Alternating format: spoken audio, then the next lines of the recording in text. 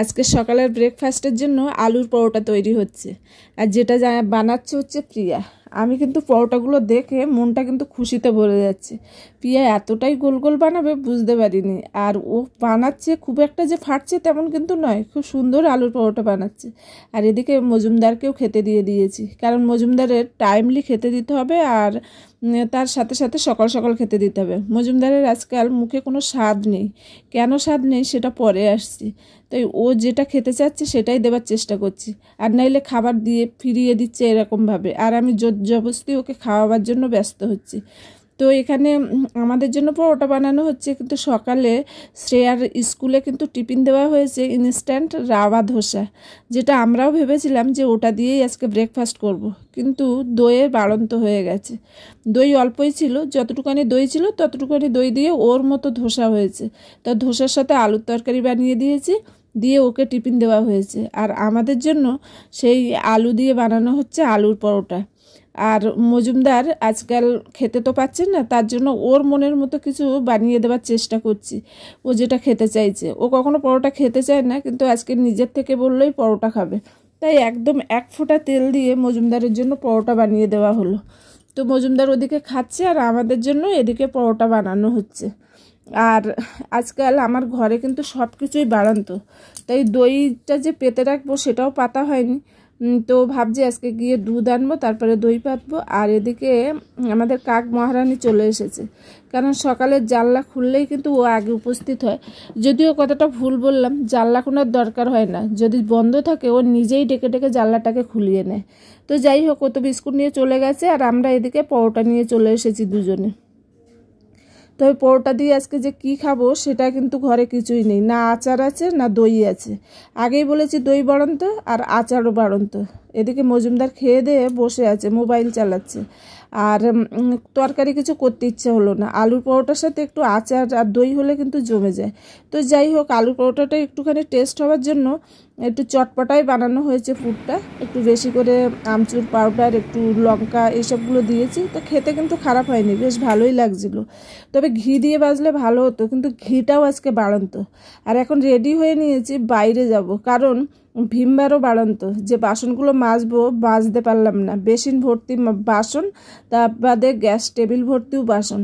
এখন আমরা যাচ্ছি, মার্কেটে যাব, জিনিস আনবো, তারপরে ভিমবার লিকুইড আনবো, তারপরে কিন্তু বাসন মাজা হবে। তো পিয়ার আমি বেরিয়ে পড়েছি, এখন প্রায় 9:30 বাজে। আর দুজনে মিলে দোকানে যাচ্ছি, জিনিসপত্র আসবে। আর আমার সংসারে এরকম শিরে সংক্রান্তি কেন সেটা আপনাদের সাথে বলছি, কারণ আমি সবসময় চেষ্টা করি জিনিসপত্র বেশি করে এনে রেখে দিতে, কারণ মজুমদার সবসময় যেতে পারে না, ও অসুস্থ থাকে, যাতে আমার সংসারে বা আমার কোনো প্রবলেম না হয়, তার জন্য কিন্তু আমি এক সপ্তাহ আগে থেকেই সব জিনিস আনি। কিন্তু হঠাৎ করে আমার সংসারে এমন একটা ঘটনা ঘটে গেল, যার জন্য এরকম অবস্থা, সমস্ত কিছুই বাড়ন্ত। আর আমাদের টাউনশিপে অনেক জাম গাছ আছে, প্রিয়া প্রত্যেকটা জাম গাছতলায় যাচ্ছে, আর জাম কতটা পড়েছে সেগুলো দেখছে। জামগুলো তো পেকে ওপর থেকে পড়েছে, আর একদম সব ফেটে চৌচির হয়ে গেছে। তো যাই হোক, চলুন আপনাদের সাথে শেয়ার করি কেন আজকে আমার সংসারে শিরে সংক্রান্তি।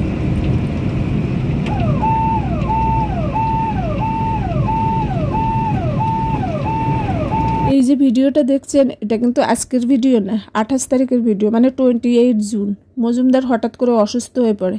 অ্যাকচুয়ালি হঠাৎ করে বলাটাও ভুল, 2-3 দিন ধরে একটু একটু করে ওর শরীরটা বেশ খারাপ লাগছিল, শ্বাস ফুলে যাচ্ছিল, হাঁটাচলা করতে পারছিল না, মানে হাঁটাচলা করলেই কষ্ট হচ্ছিল, আর তার সাথে সাথেও খেতে পাচ্ছিল না। আমি ওই জোর করে ভাত মেখে খাইয়ে দিচ্ছিলাম, কিংবা রুটিকে একদম চটকে নরম করে ওকে খাওয়াচ্ছিলাম, এইভাবেই চলছিল। 27 তারিখেও মানে 27 জুনেও আমি ওকে হসপিটালে নিয়ে গেছি। মানে আমাদের ভিতরে যে হসপিটাল আছে সেখানেই ওর 2-3 দিন ধরে নিয়ে যাওয়া হচ্ছিল, চিকিৎসা করা হচ্ছিল। ওখানে 27 তারিখের রাত্রেও মানে সন্ধ্যাবেলায় ওকে ইঞ্জেকশান দেওয়া হলো, তা বাদে নেবুলাইজার নিয়ে বাড়ি নিয়ে এসেছিলাম। কিন্তু 27 তারিখের রাত থেকে ওর প্রচণ্ড কষ্ট হতে শুরু করে, সারা রাত বলতে গেলে ঘুমাতে পারেনি। সকালবেলা উঠে অবস্থা অনেকটাই খারাপ হয়ে যায়। আমি ওকে বারবার জিজ্ঞাসা করতে থাকি যে হসপিটালে যাবে কি না, কিন্তু ওর যাবার ইচ্ছা ছিল না। তো পিয়াকে পাঠিয়েছিলাম আমাদের ভিতরের হসপিটালে, যে অসুবিধা হচ্ছে সেগুলো বলার জন্য। তো পিয়া যেতেই হসপিটাল থেকে বলে দিল তুরান্ত নিয়ে আসতে। তো পিয়া অ্যাম্বুলেন্স নিয়ে চলে এসেছিলো, আমি ওকে নিয়ে তুরান্ত হসপিটালে চলে যাই, কিন্তু তখন ও আর অক্সিজেন ছাড়া শ্বাস নিতেই পারছিল না। আমাদের ভিতরে হসপিটালে যেতেই সাথে সাথে ডাক্তার বলে দেয় যে এক্ষুনি নিয়ে বেরিয়ে যাও। মানে ও যে ডাক্তারের আন্ডারে আছে, অ্যাকচুয়ালি মজুমদারের তো একবার কিডনি চেঞ্জ হয়েই গেছে, ওর কিডনির প্রবলেম আছে। তো তার জন্য ও যে ডাক্তারের আন্ডারে ছিল সেই ডাক্তারের আন্ডারে পাঠিয়ে দিল আমাদের ভিতরের হসপিটাল থেকে, ট্রান্সফার করে দিল। আর আমি তখন মজুমদারকে নিয়ে চলে আসলাম। আমার সাথে তখন কেউই ছিল না। হ্যাঁ, ভুবনেশ্বরে আসতে 3 ঘন্টার আগে, কিন্তু ওই 3 ঘন্টা আমার কাছে 3 বছর হয়ে যাচ্ছিল। কারণ ও না শুতে পারছিল, বসেই ছিল, শুলেই ওর শ্বাস যেন বন্ধ হয়ে আসছিল, আর বসে বসে অক্সিজেন মাস্কটা মুখে লাগিয়েই তারপরে ওকে নিয়ে আসতে হয়েছে। তারপরে আমি হসপিটালে আসতেই ইমার্জেন্সিতে ওকে দেওয়ার সাথে সাথে ডাক্তার ওর সমস্ত কিছু জানলো। জানার পরে আমাকে যখন এক পাশে নিয়ে বললো যে ম্যাডাম আপনি অনেক কিছু করে ফেলেছেন, এখন মানসিকভাবে প্রস্তুত হয়ে যান, চিকিৎসা তো হবে কিন্তু হয়তো ভেন্টিলেটারে যেতে পারে। তো সেই সব কথা শোনার পরে আমার মানসিক অবস্থা কেমন ছিল সেটা হয়তো আমি হাজার গল্প করলেও কাউকে বোঝাতে পারবো না। তখন আমি হসপিটালে একাই ছিলাম, কেউ তখনও পর্যন্ত ওখানে গিয়ে উঠতে পারিনি, কারণ আমি বাইরে থাকি, তাই বাড়ির লোক আসতে অনেকটা সময় লাগে। তো যাই হোক, যেভাবে সেভাবে তাকে ভর্তি হলো, এমার্জেন্সিতে থেকে আইসিইউতে নিয়ে যাওয়া হলো। কিন্তু ওর পটাশিয়াম লেভেল এতটাই হাই হয়ে গেছিলো যে অনেক মেডিসিন দেওয়ার পরেও, মানে সমস্ত মেডিসিন চার্জ করা হচ্ছিলো আর তা বাদে টেস্ট করা হচ্ছিলো। অ্যাকচুয়ালি আমি হসপিটালে পৌঁছেছিলাম 12টার সময়, আর 12টার থেকে 4টে লেগে গেছিলো আমার বেড পাওয়ার জন্য। সেই সময় বেডও পাওয়া যাচ্ছিল না, কিন্তু ওর চিকিৎসা অলরেডি শুরু হয়ে গেছিলো। আর সেই 12টার থেকে পুরো 8টা পর্যন্ত ওকে মেডিসিন দেওয়া হয়েছিল, আর 3বার টেস্ট করা হয়েছিল যে পটাশিয়াম লেভেল যদি একটু কমানো যায়, কিন্তু কিছুতেই ওর পটাশিয়াম লেভেল কমেনি এমনি ওষুধ দিয়ে। আর ও যে ডাক্তারের আন্ডারে ছিল সেই ডাক্তার এসেও দেখে বলল যে ওনাকে এক্ষুনি ইমিডিয়েটলি ডায়ালিসিস করতে হবে। কিন্তু ডায়ালিসিসের কথা শুনে আমার মনটা খুব খারাপ হয়ে গেছিলো, কারণ ডায়ালিসিস কী জিনিস আমি তো আগে ফেস করেছি। আর তা সত্ত্বেও একবার যদি ডায়ালিসিস শুরু হয়ে যেত তাহলে কিন্তু আমাকে প্রায় সপ্তাহে 2-3 দিন করে এই ভুবনেশ্বরে ওকে নিয়ে আসতে হবে। তাই টেনশানও হচ্ছিল, ভয়ও করছিল, কী করব বুঝতে পারিনি। কিন্তু যখন দেখলাম ওর পটাশিয়াম লেভেল একদমই কমছে না, অথচ ওর হার্টের উপরে এফেক্ট হচ্ছে।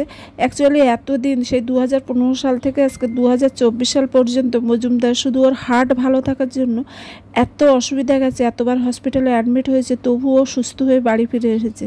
কিন্তু সেই হার্টের উপর যখন এফেক্ট আসছিল তখন আমি ভয় পেয়ে গেছিলাম। তাই ওরা বারবার বলায় আমি ডায়ালিসিস করার জন্য সাইন করে দিই। তারপরে ডায়ালিসিস শুরু হয়, তারপরে 2 দিন উঠি ডায়ালিসিস করার পরে ওর পটাশিয়াম লেভেল কমে, আর তারপরে ও একটুখানি মানে ঠিক হতে শুরু করে। তাছাড়াও ওর সাথে সাথে ওর নিউমোনিয়া ছিল, তারপরে ওর চেস্টে জল ছিল, অনেক রকম অসুবিধা ছিল। তো যাই হোক, মুখে বলে হয়তো আমি সেই অসুবিধা বা আমার সেই সময়ের যে আমার মনের একটা অবস্থা ছিল, এদিকে বাচ্চাগুলো বাড়ি, সেই অবস্থার মধ্যে আমি কেমনভাবে কাটাচ্ছিলাম সেটা আপনাদের কাছে বোঝাতে পারবো না। তবে হ্যাঁ, পরে আমার মেজদা এসেছিলো, আমার ভাই এসেছিলো, তো সবাই মিলে মজুমদারকে ঠিক করার চেষ্টা করেছি। 4 দিন আইসিইউতে ছিল, তারপরে জেনারেল বেডে দিয়েছিল, তারপরে 3 দিন জেনারেল বেডে ছিল। তো ধীরে ধীরে ওর ইমপ্রুভ হচ্ছিল, ডাক্তার আসছিল, আর আমার ধীরে ধীরে মনটা একটু ভালো হচ্ছিল। তারপরে তো পুরো 7 দিন লেগে গেছে ওর সুস্থ হবার জন্য। মানে 7 দিন হসপিটালে যে কেমনভাবে কেটেছে, আমি তো বাড়ি আসতেই পারিনি। প্রিয়া বাড়িতে ছিল আর আমি চলে এসেছিলাম, পুটু কিন্তু জানতো না, ও তখন স্কুলে ছিল, মানে শ্রেয়া। তো 2 বোনে একা একা বাড়িতে ছিল, ওদেরও মনের অবস্থা ভালো ছিল না, আর হসপিটালেও আমি একা একা যে কেমনভাবে ওই কটা দিন কাটিয়েছি, যদিও এগুলো আমার অভ্যাস হয়ে যাবার কথা। কারণ আজ অবধি 2020 সাল থেকে আজ অবধি মজুমদার অনেকবার হসপিটালে এইভাবে অ্যাডমিট হতে হয়েছে, কারণ ওর শরীর মাঝে মাঝেই খারাপ হয়ে যায়। বলাই যায় যে মানে বছরে 1-2 বার ওকে হসপিটালে না ভর্তি হলে ওর ঠিক শরীর সুস্থ হয় না। তো যাই হোক, পুরো 7 দিন হসপিটালে থাকার পরে তারপরে মজুমদারের ডিসচার্জ করলো। তো তারপরে আমি মজুমদারকে নিয়ে বাড়ি আসলাম। তো পুরো সেই 28শে জুন থেকে আর 4 জুলাই অবধি হসপিটালেই কেটেছিল। আর এখন কিন্তু ডিসচার্জের দিন আমি মজুমদারকে নিয়ে বসে আছি। ভাই চলে গেছে, ভাইয়ের 3:20-তে ট্রেন ছিল, তো ও বেরিয়ে গেল। আমি বললাম আমি ঠিক ওকে নিয়ে চলে যাব, তোরা চলে যা। আর আমি মজুমদারকে নিয়ে বেরিয়ে আসলাম। এই হসপিটালটা ডিসচার্জের টাইমটা খুবই খারাপ। একদম মানে সন্ধে হয়ে যায় টিচার্স করতে করতে। তো প্রায় 5টা বেজে গেছিলো। আর পাক্কা 5টার সময় আমরা বাড়ির থেকে ট্যাক্সি বলেছিলাম, তো ট্যাক্সি নিয়ে পাক্কা 5টার সময় বেরিয়ে পড়েছিলাম। আর আমি ছিলাম একা মজুমদারের সময়, আসার সময়ও আমি একা ছিলাম, যাওয়ার সময়ও আমি একা। তো মজুমদারকে নিয়ে বাড়ি আসলাম। তো এটাই হয়েছে অবস্থা, বাড়িতে যা বাজার ছিল সেই বাজার নিয়ে চলছিল। প্রিয়া আর শ্রেয়া সেইভাবে বাজার করতে পারিনি, তাই আজকে এই শিরে সংক্রান্তি অবস্থা। তো যাই হোক, মজুমদারকে নিয়ে বাড়ি আসতে আসতে কিন্তু আমার 8টা বেজে গেছিলো, কারণ ভুবনেশ্বর থেকে বাড়ি আসতে প্রায় 3 ঘন্টা টাইম লাগে। তো 5টা থেকে 8টার ওয়েদারটা বেশ মানে খারাপই ছিল, বৃষ্টি হয়ে যাচ্ছিল। তবে হ্যাঁ, একটা দিক থেকে বাঁচা ছিল যে গরমটা একটু কম ছিল, কারণ ভুবনেশ্বরের গরম অতিরিক্ত গরম থাকে, কিন্তু সেই গরমটা আমি পাইনি। যেদিন থেকে মজুমদার হসপিটালে ভর্তি হয়েছিল সেই দিন থেকে আর আসার দিন পর্যন্ত একদম প্রত্যেক দিন বৃষ্টি হতো, তাই সেই গরমটা আর আমার অনুভব করতে হয়নি।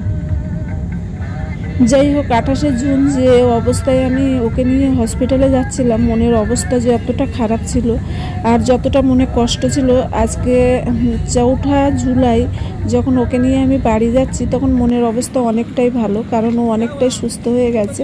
হ্যাঁ, এখন অনেক কিছু প্রবলেম হচ্ছে মজুমদারের, সেগুলো হচ্ছে যেহেতু অ্যান্টিবায়োটিক চার্জ করেছে তাই মুখের ভিতরে পুরোটা ঘা হয়ে গেছে, খেতেই পাচ্ছে না একদম, মুখে তো স্বাদ তো নেই আর তার সাথে সাথে খেতেও পাচ্ছে না। আর তার সঙ্গে সঙ্গে ওর পুরো গলা মানে ব্যথা হয়েছে, ঢোক চাপতে পারছে না, সমস্ত কিছু টাগরা, ঠান্ডা লেগে গেছে, এতদিন এসিতে ছিল।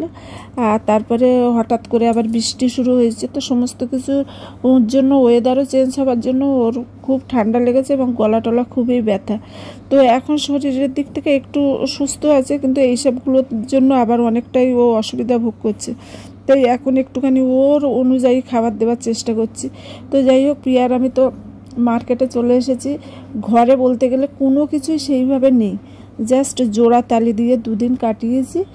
আর আজকে হচ্ছে 6 তারিখ, তো 4 তারিখে এসেছি, 4 তারিখ কেটেছে, 5 তারিখ কেটেছে, আজকে হচ্ছে 6 তারিখে মার্কেটে এসেছি। কারণ আমার শরীরটাও এতটাই খারাপ, আমি বলে বোঝাতে পারবো না। এর আগেও বলেছিলাম যে আমার একটা অপারেশান হয়েছে, আর অপারেশানের পর থেকে সত্যি মানে সুস্থ হওয়ার জন্য অপারেশান হয়েছিলাম, কিন্তু এখন মনে হয় অপারেশানটা না হলেই ভালো হতো, তাহলে হয়তো আমার শরীরটা অনেকটাই ভালো থাকতো। এখন হাত পা এত যন্ত্রণা হয় যে আমার নিজেকেই যেন মনে হয় 80 বছরের একজন মহিলা। ঠিক মহিলা বললেও মানে ঠিক বোঝানো যায় না, মনে হয় যেন 80 বছরের একজন বুড়ি হয়ে গেছি, যে হাত পা নিয়ে নড়তেও পারি না। তো এতটা যে প্রিয়ার সাথে হেঁটে এসেছি, কিন্তু ভাবছি যে এতটা আবার জিনিসপত্র কিনে হেঁটে কি করে বাড়ি যাব। আর মজুমদার তো অসুস্থ, তো ওকে রেস্ট নিতে বললাম বাড়ি, ও শুয়ে রেস্ট নিচ্ছে, শরীরটা অনেকটাই দুর্বল, কারণ হসপিটালে তো সেইভাবে খাওয়া দাওয়া খেতেই পারেনি, আর তা বাদে বাড়ি এসেও মুখে ওরকম ঘা হয়ে যাওয়ার জন্য কিন্তু ও খেতেও পাচ্ছে না।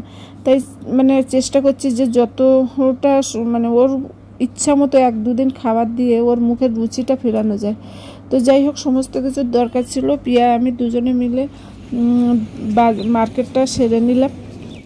মার্কেট থেকে তো অনেক কিছু নেওয়ার ছিল, কিন্তু নিলাম না কেন, ব্যাগও বেশি নিয়ে যায়নি, আর দুজন মিলে হেঁটে আনতে হবে এতটা রাস্তা, তাই যেগুলো না নিলে একদমই চলছে না সেইগুলোই নিয়ে এসেছি।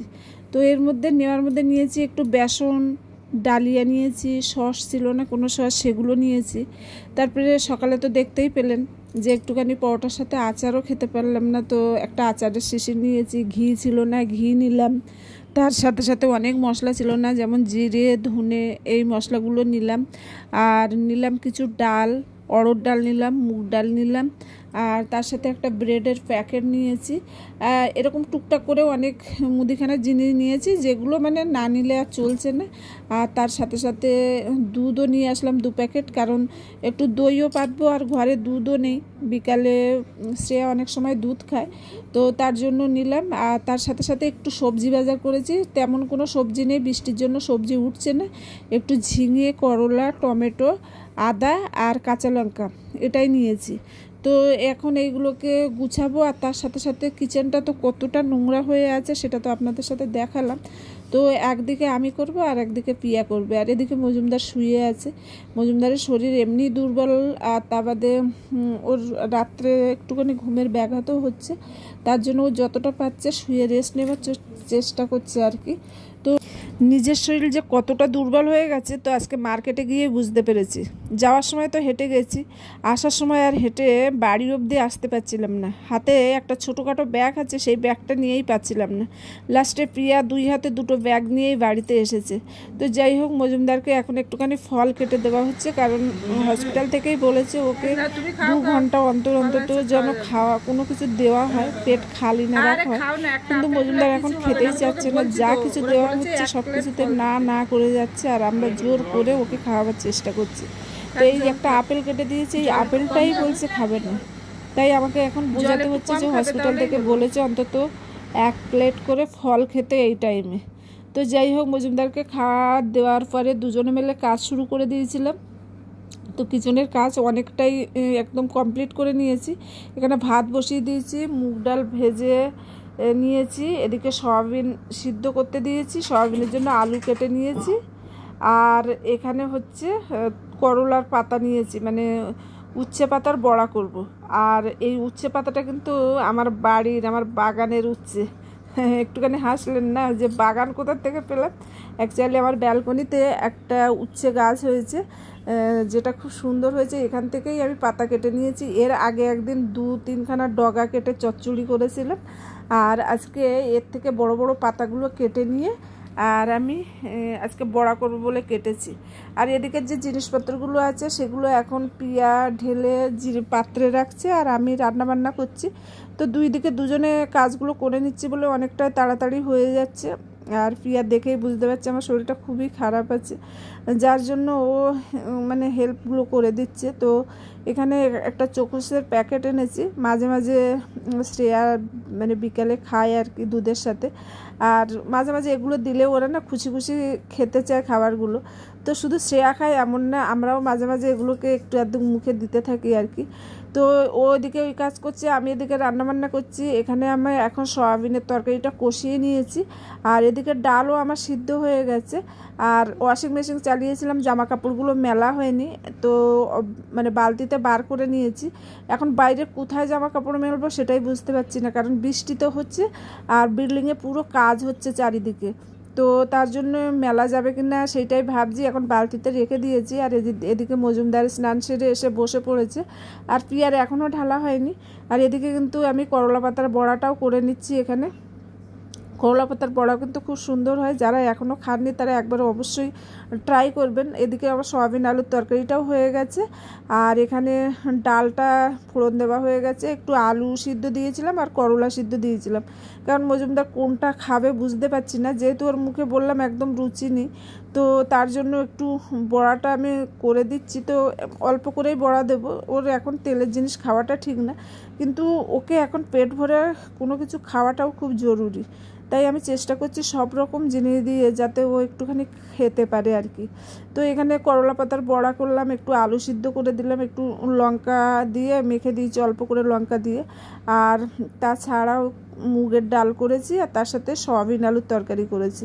আর আজকে যে আচারটা এনেছিলাম স্টাফ লঙ্কা ছিল, তো আমি ওকে একটা দিয়ে দিলাম, যদি একটুখানি এই আচার দিয়ে ওর মুখে স্বাদও আসে, খেতেও চাই।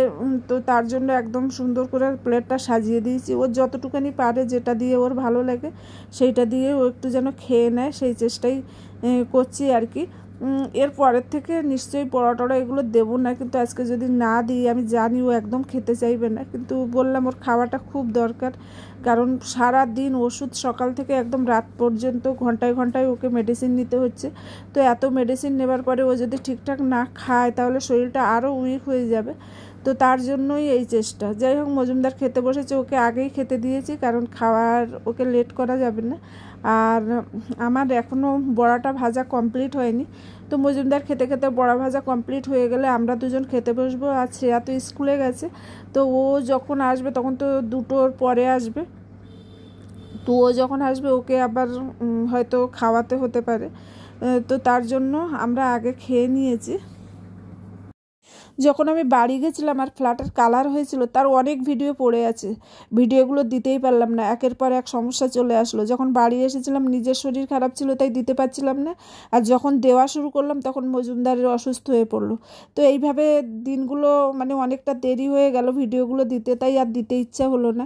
তবে আমি দেখবো যদি কালারের কোনো ভিডিও, আমি সবগুলো একসাথে করে একটা ভিডিও বানিয়ে যদি আপনাদের সামনে প্রেজেন্ট করতে পারি। তো যাই হোক, আজকের ভিডিও আর বড় করব না, এইখানেই রাখছি। আবার আসবো আর একটা নতুন ভিডিও নিয়ে। ততক্ষণের জন্য আপনারা সবাই ভালো থাকবেন এবং সুস্থ থাকবেন।